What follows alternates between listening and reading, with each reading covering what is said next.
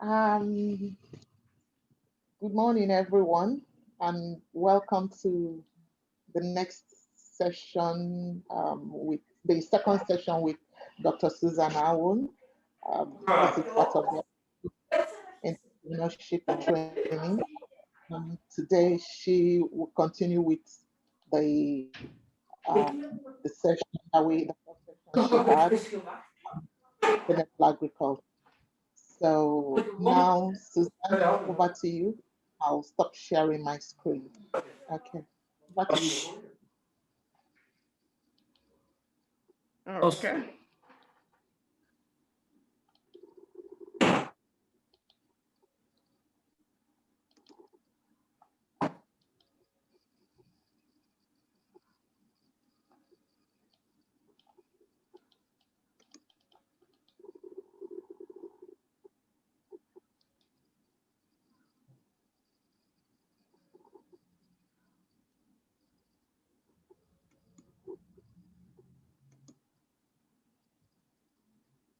We can see your screen. Is it? Yeah, we can see the screen. Okay, is there? Mhm. Okay, good day, everyone. Today, I will take you to the world of aquaculture at Suzy Farm. So, normally, we started this aquaculture in 2018. And as I said last week, the aim was to close the gap between research and practice because we discovered that there were so many local farmers that were having a problem with malnutrition and food shortages. So we thought African catfish and tilapia are one of the main types of fishes that can grow comfortably in sub-Saharan Africa. So starting a catfish or a tilapia farm will be better to enhance nutrition and also to combat malnutrition. And it also was also a means to generate income for local farmers to alleviate poverty. So, and it was fun also doing the fish farming. So we thought about two types of fish that we can farm, catfish and tilapia. And normally, there are some advantages of tilapia and as well as catfishes. So we wanted to see which one was easier for the local farmers. So with tilapia, you really need to train the staff because they need to supervise, identify the problem, and take prompt action to resolve the problem. If not so, most of the fishes will die. But with catfish, you can just tell somebody what to do. Even somebody who is not skilled can operate catfish because it doesn't need much oxygen and much care. So to monitor tilapia, you need to have constant monitoring of the fishes if you need to have a good yield. But for catfish, we discovered that you don't need much monitoring. And the water also in tilapia has to be a flow through where you have the inlet and the outlet. But for catfish, you can even grow them in containers. So, and the water quality too to grow catfish have to be very precise. You have to control algae and coloration of the water. Make sure that you remove the mud under the pond. But for catfish, you don't really have much labor to do. You have just few issues, but you still reap the benefit. And so we saw that catfish can be stocked in high quantity, making the cost of construction very low. While for tilapia, you don't have to stock too much. The oxygen level too that is needed for tilapia farming is too high that most of the time local farmers cannot really control it. And the rate of growth of tilapia is slow as compared to catfish. So when we look at these two, we decided to train local farmers in catfish farming because with catfish farming, they can do it successfully and get a higher yield with little or no knowledge about it. So then there are different type of ponds that we need to have to grow the fish. We have earthen ponds. These are just like artificial dams or reservoir, or let's say natural lake, where they dig it with they dig the earth and they fill water there after liming and conditioning and fertilizing the pond. They can stock the fish there. Then we also have concrete ponds. With concrete pond, they build them with concrete, and it is usually done in urban area. You can dig them below the earth or you suspend them. It is above the earth or below the earth. We have tarpaulin pond. This one are the ones that we actually train most local farmers, especially tenants. Those who rent properties, they can just have their tarpaulin pond, they set it up, stock their fish, and they are ready to go. We have plastic tanks. The plastic tanks are mostly used for learning purposes. Like when we are doing training, everybody has his tanks and we do them. So we'll go now and see the different type of ponds that we use. And we also have the cage tank. That is like you have cages that you put in natural running water and you grow your fish there. So this is an example of earthen pond. You see, the earthen pond is just like a natural habitat. You have to dig, you lime it, you put clay, you treat it, and you are ready to stock your fish. Yet the advantage is that fish, they grow better because it's just like a natural habitat and it's very cheap to maintain. It can support different type of feed. So you can just have like waste of feed, you dump it there, but you always make sure that you don't dump too much so that, because if it's too much, they will decompose in water and they will reduce the oxygen content of the water. And it has also a natural capacity to control pollution, so you don't always have problem with too much pollution if you are using an earthen pond. And there's also a low cost of production, and the fish also grows faster because it's just like a natural water. But the only thing is that you have to have an inlet where fresh water comes out and an outlet where the wastewater that goes out. You also have concrete pond. Concrete pond is very easy to manage, and you can actually remove fish from one pond and count them and take them to the other pond. They are mostly used to produce fingerlings and juvenile production when the fishes are still small, and it cannot be flooded because you have a pipe inside. Then when there is flood and the level of water has reached a particular level, all the excess water just drain out, so you cannot have flood. And you can easily control it because there are no moths under for you to clean, and you can easily detect if there are diseases in one pond, and you make sure that you treat only that particular pond. So it's very easy to monitor the growth of fish there, and you can also control predators like snakes coming to eat your fishes. You can always put a net over it so that you don't have predators coming there, and it's very easy to manage with also less labor. You have the tarpaulin pond. This is one of our first pond that we put at Susie Farm. And you can see us, we're very happy, placing our new pond. This tarpaulin pond is very easy to manage and it's portable. So a tenant can just roll his or her pond, carry it to the next building and just open it up. Then you use like wood or use iron bars to fit it up. Once you fit it up, you can just set it, put your water there, and you stock your fish. So it is very easy to maintain and manage, and it's also reduce the waste of water.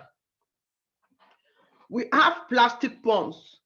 Here they are, just this plastic that you just cut the mouth open, and you can use this one everywhere. You can carry it and move from one location to the other, even with your fish inside. And you can also put it in your room, indoors, and you grow your fish inside. So it's very environmental friendly. And these are the type of initiative we teach people how to grow fishes in this tank, especially catfish, which deal less amount of oxygen, and it's very easy to manage, so that we can grow our own fish even in our own backyard. And it's also less expensive to maintain. So with this one, you just set it up, you put your water and you stock your fish, and you are ready to grow. We have these cage tanks. These cage tanks, actually, you go to where you have the natural water and you put your cages inside that natural water and you stock the fishes in different cages. The only disadvantage in this one is that if there's water poisoning, all the fishes, the water will be contaminated and all the fishes will have to die. But most of the time, it is really good because the fishes, they grow better because it's like they are growing in a natural environment. But then it is easier for you to manage because they are in separate tanks, in cages that you have put inside the water. And the fishes can also eat on other water animals, water organisms. And there's oxygen available at all times. So this one is really also easy to manage in a place where you have the natural river. You can just go and put your cage down. One of the things that's very important in fish farming is water quality, because the fishes, they feed in water and they also defecate in water. So the quality of the water is of great importance. That's why we actually don't expect those who don't have, those who are not skilled fish farmers to start with tilapia, because with tilapia, it needs much oxygen. And the quality of water also affects the feed efficiency, the rate of growth, and whether they will survive or not, and the general health of the water. So fish quality is very, very important.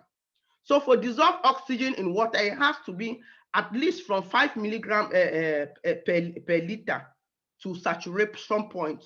If the dissolved oxygen is between 1.5 to 5, you will have low growth.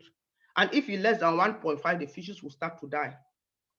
And the pH also of the water should be between 6.5 to 7.5, because if it is very low, between 4 to 6, you have low growth of the fish. And below 4, the fish start dying, because there is certainly high carbon dioxide in the water. The temperature also should be between 26 degrees centigrade to 32 degrees centigrade. So the tropical African climate is very good to do tilapia catfish farming, because the temperature is always within this range, and there is availability of rainwater also. Then another problem is ammonia. That's why every 2 weeks, even if you have a closed pond, you have to reduce the water. Let's say 20% of the water, you have to drain it and refill it with fresh water. There are certain ways to treat this tank also, because especially the concrete tank and the earthen pond. For the concrete tank, most of the less expensive way we use is to use dry plantains leaf.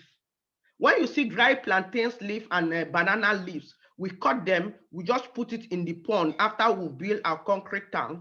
Building of concrete tank will be done in another lesson, and I will put it on the YouTube, how to construct concrete tank and stock your fish. That one will be a lesson on its own. So you just take your dry plantains leaf and banana leaves, put them inside the tank, put water there. Normally, we advise farmers to use rainwater, which is easily available, because as Susie found, what we do is that we use the best available material that they have at their disposal to do their farming. So they just put banana leaves and they leave it there for like 1 week. They drain the water, they flush it, and they refill and they stock. Or you use chicken manure. For 100 square meter, you can use 25 kilograms of chicken manure. That's why we also do integrated farming, where we raise chicken so that we can get the manure, we'll dry it, and we'll mix it with water, stir it, put it in the tank, and leave it for a week. This one will help to flush out the acidity of the cement from the concrete tanks, and it also helps to send nutrients into the wall of the tank, because the nutrient will help to feed the fish with time. I will make sure after 1 week, we flush the water out, and you don't use soap. You clean with no soap, and you pour your fresh water back into the tank, and you are ready to stock your fish. And for the concrete pond, you can stock 5 to 10 fishes per meter square. Normally, you should make sure that you have just 2 kilograms per meter square of fish in the tank. And when you stock your fishes, you don't feed that day, you feed the next day, because they are a bit stressed up. You don't feed them on that day.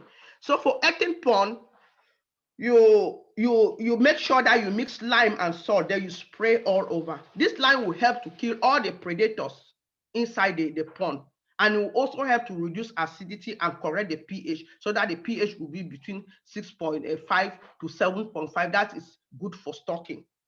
And it also helps to force the nutrient out of the soil.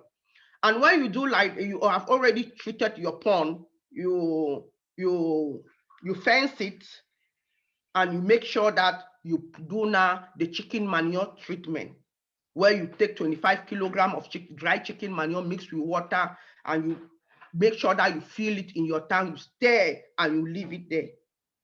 After some days, then you drain it. Then you open your inlet pipe, and you allow fresh water to come in, and you stock your pond. Then for earthen pond, you always make sure that you fertilize the pond. Let me say every 10 days, you just take 5 kilograms of chicken manure and you spray it inside to fertilize the pond so that it will help to grow other planktons and other organisms in the water that your fish too will also eat from there.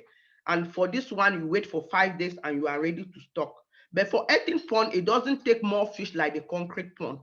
So for earthen pond, you can put only 2 or 3 fishes per meter square, depending on the size of your pond. So for feeding, you have different stages of catfish. You have the fries, the fingerling, juvenile, stocker, grower, and finisher.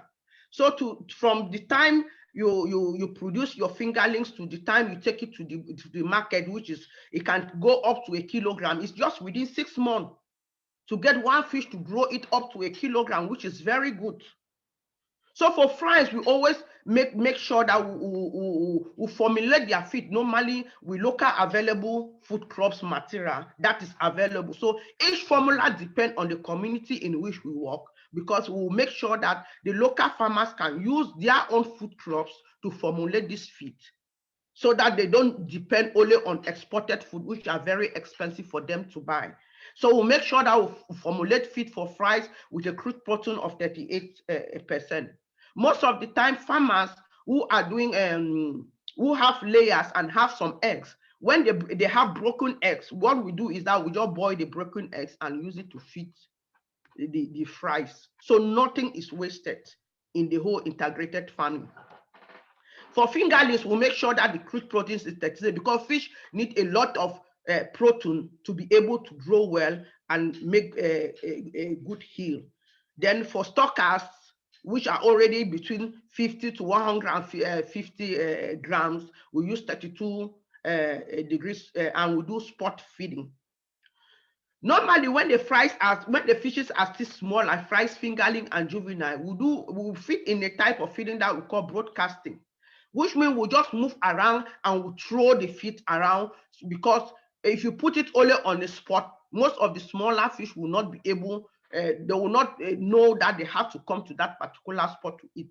But when they are already about 10 weeks old, which is about 50 to 150 grams, we do what we call spot feeding. So when you come to your town, you stand on one spot and you feed from that spot. When you put food there, all of them will come there to eat.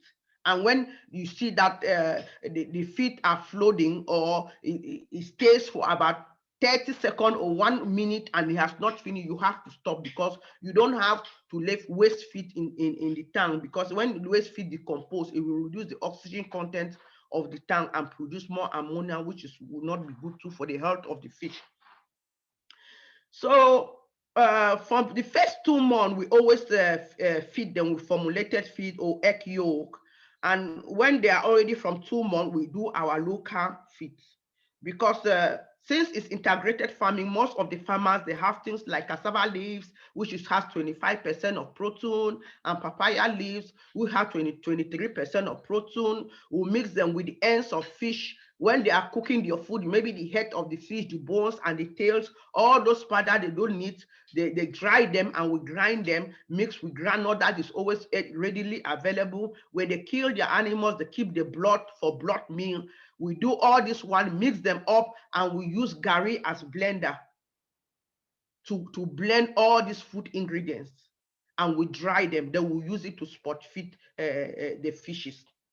And we always make sure that we harvest the pond before it reaches the carrying capacity, which is 2 kilograms per meter square, depending on the size of your pond. So what we recommend is that farmers should change the water in their pond every week, so that every week you can remove 10% and add it with fresh water. And you do what we call partial harvesting, because all the fishes will not grow at the same rate. Some will grow more than the others. So the ones that grow faster and they have already reached like 1 kilogram, from 800 grams to 1 kilogram, you remove them and you sell, so that the other ones can be growing well. And even when you stock fish, let me say fingerlings, you stock like 1,000 fingerlings or 500 fingerlings, you will see that within 2 or 3 months, some are growing more than the others.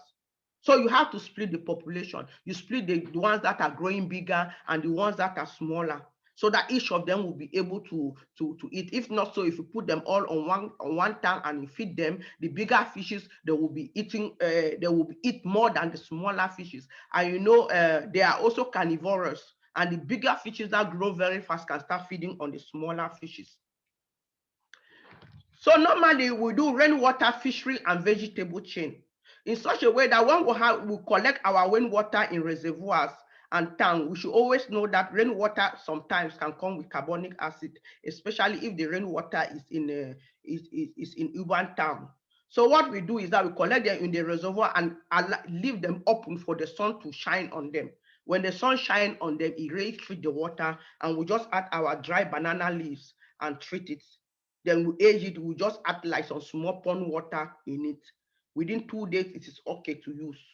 So every week, we drain 20% of the water in the tank from the outlet part, which is under, and we use that drain water to fertilize our vegetable garden. So the rainwater goes, we use it for fish. The one that we drain from the fish, we comes with the waste of the fish also. It's very good. We use it to fertilize our garden and also to irrigate the vegetable garden. So in so doing, we are selling our fishes and eating some, as well as we sell vegetables and we eat some at the same time.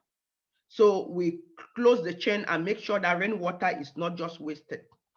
And there are so many socioeconomic impact in this thing, because this fish farming has really helped to combat hunger and malnutrition, which has been a major problem in sub-Saharan Africa, because farmers are able now to grow their own fish in their own backyards, and they are able to sell some fish, use the water to grow and irrigate their vegetables farm, and make sure that they get enough money and they can feed on vegetables and also on fish. So their protein level is high and the problem of malnutrition has been reduced.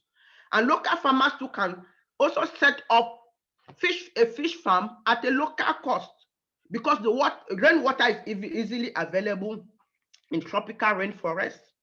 And also the ponds are easy to set up and easy to manage. And this has also helped to alleviate poverty, because they also have a multiple income stream, selling fish and selling vegetables. And this helps to improve the livelihood, the health and well-being of local communities. And this has always helped to ensure food security, because now we are talking about the Agenda 2020, which is food for all, zero hunger, and the nutritional content of the members of the community has been enhanced. And this also helps community to better adapt to climate change, because climate change has always led to a problem with food shortages, drought, and all this. So now we are able to provide alternative income streams for local community, so that they can be able to adapt to the threat of the climate change. And the fish farming is also good, because the wastewater that's from the fish farm is also used as an organic fertilizer for home gardens and vegetables. Thank you very much. So that was the topic for today. I believe that with time, most of this training will go on our YouTube channel. So if you people can subscribe to our YouTube